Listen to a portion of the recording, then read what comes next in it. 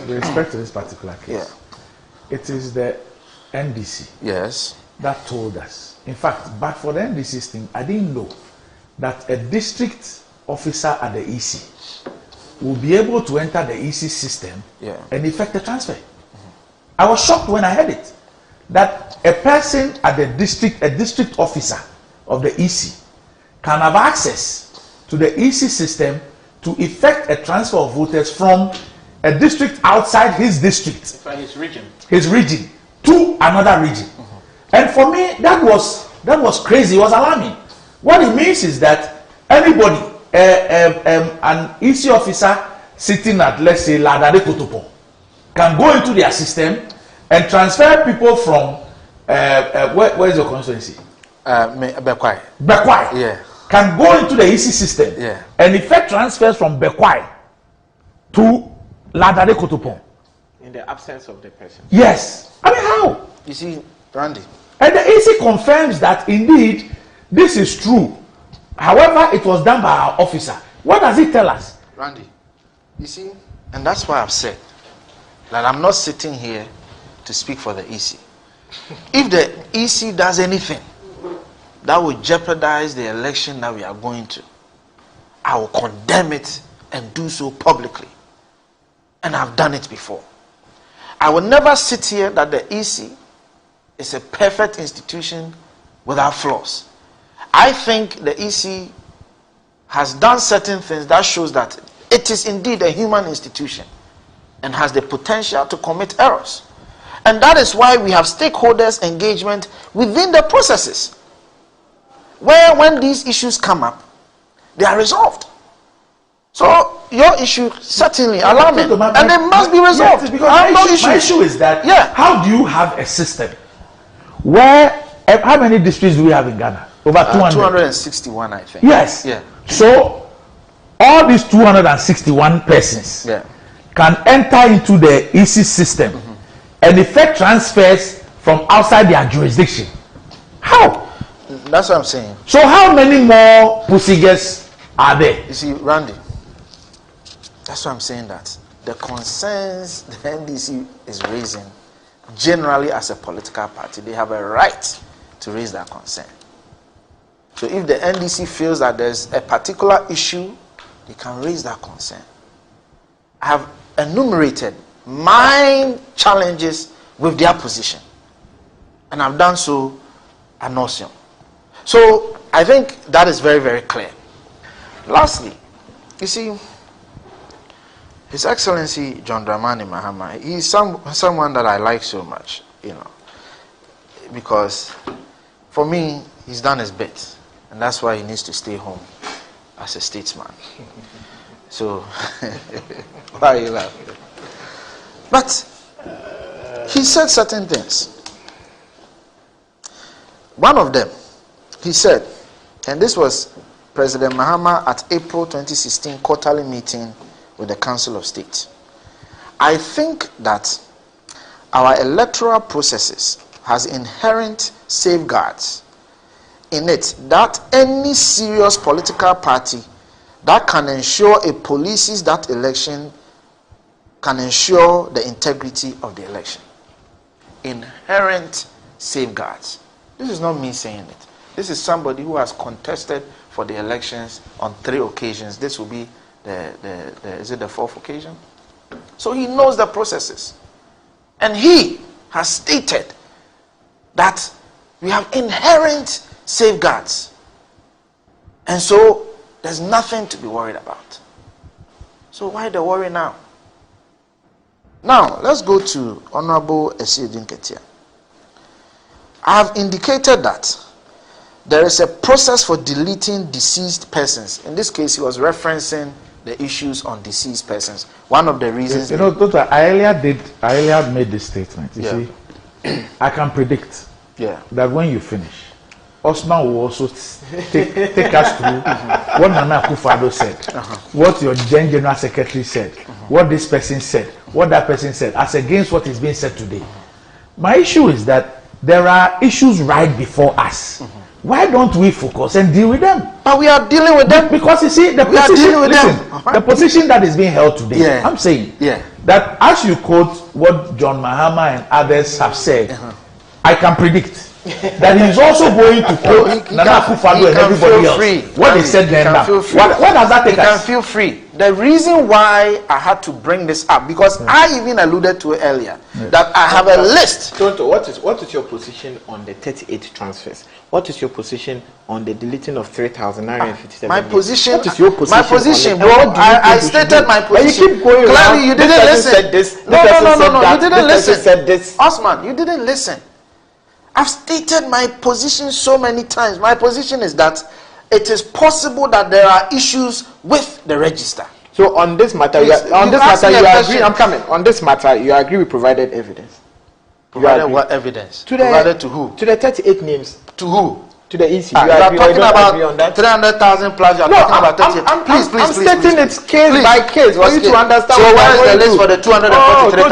Where's the list? Simple question. Where's the list? I'm asking you. Where's the list for the 50,000? Where's the list for the 15,000? Please. I mean, I'm saying that let us have a stakeholders meeting. Let us have the auditor. They will provide you with a list of over 300,000. We'll provide you with everything, and let us go into the register and clean the register. When we raised the first issues, you denied it, and we've proven beyond reasonable doubt that there are discrepancies within the register. You mean the EC denied? Yes, the EC. Oh, sorry, I added you to the EC. No, it's not part of the EC. But you see, when I said it earlier, you said I was accusing you. No, you've made it clear that you want to associate us to the EC. We are not. But you seem to be defending it. I've not defended the EC. If you are objective, you and your party, you seem. You are entirely objective. You seem. Openly. You seem. Criticize the EC here. Randy, have I not? Have I defended the EC here? I haven't. Unless you want to be diabolic. I have not. No, not at all. I have not. Not at all. I have not. I have made my position clear that if you claim to have evidence, show the evidence. So all of us can see. We will not allow for you to take us on another wild goose chase. Like you did in the Supreme Court. You can't do that. Tonto, assuming that there were no other infractions apart from the one that the EC has confirmed, that its district elections officer could go into its system in Pusiga. Pusiga is upper east. Could go into its system and transfer votes from South. Northern region in Tamale South to Pusiga. That occurrence alone should be a worry to you. Does it even not make a case for an audit of the system? Because how many more? First of all, which system should allow electoral officers at the district level to be able to access the system and transfer votes without the consent of the voters? You see, Randy, what is the attendant effect of that decision the young person took? Well, I don't know. Is that there were illegal transfers, right? What? The attendant effect of his decision was that there were illegal transfers. Is that not so? What he did, whatever he did, what was the consequence? To disenfranchise people. By doing what? Illegally transferring them to wrong places. Is that not so? Yes. Exactly. What does the exhibition do? The exhibition is to identify these very same things we are talking about. Yes. So where is the challenge? The exhibition will identify any wrong transfers that have been done. So you see, so I told you that, for example, your party's director of elections. Oh, Randy, No. But you're not here representing the NDC. I'm representing the MPP. Yes. So why would you say that? I'm the one your party has put out an official position on the matter. Okay. Your director of elections was called to speak to an NDC call, and he reiterated the position of your party. Okay. How is that irrelevant to the discussion? No, I'm saying that. Okay, I'll go and ask him. No, I'm saying, how is that relevant to the discussion? I'm saying that it cannot be. In speaking to the issue, you are representing your political party. Are you not? Yes, I am. Okay, so what's the argument? My point is that he says, in fact, as on the Monday, he says that you have not identified anything. And that as far as you're concerned, what the EC gave you is providing you with information on people who are eligible to vote. So that your focus will be to reach out to them and get them to vote for you. Okay. That's what he says. Okay, I'll take your now word. The point I'm making is that, look, if you take the historical data, you do not have more than 60%, and this will be 60% what? 60% of persons registered going to the exhibition to check their votes historically. Okay. So you mean that the exhibition turnout is low? Yes, I mean the 60%. I'm sure that I've even given an upper limit. Yes, high, yes.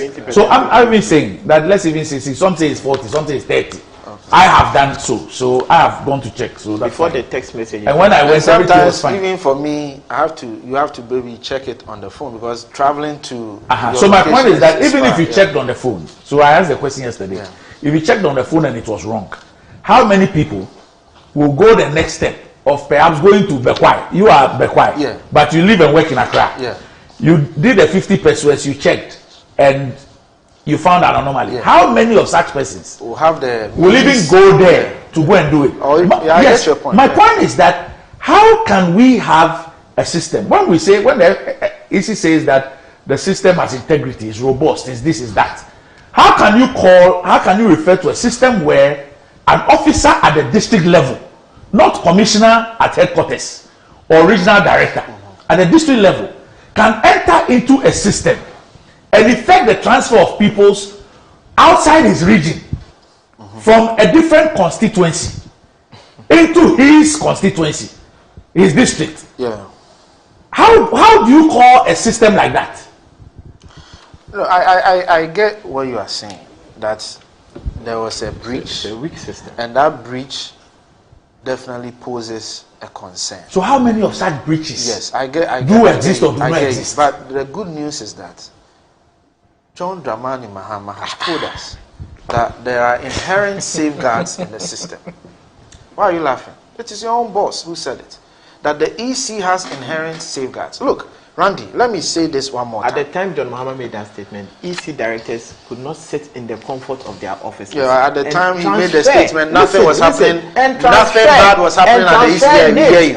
Yeah, nothing bad was happening at the EC. EC director in Pusiga, not sit in Pusiga and transfer names of people from Tamale South into Pusiga. Let us deal with the issues. You keep going back, and John Mahama said this. Yes, we need to safeguard the inheritance, but you need to understand what we are faced with now. Can I talk?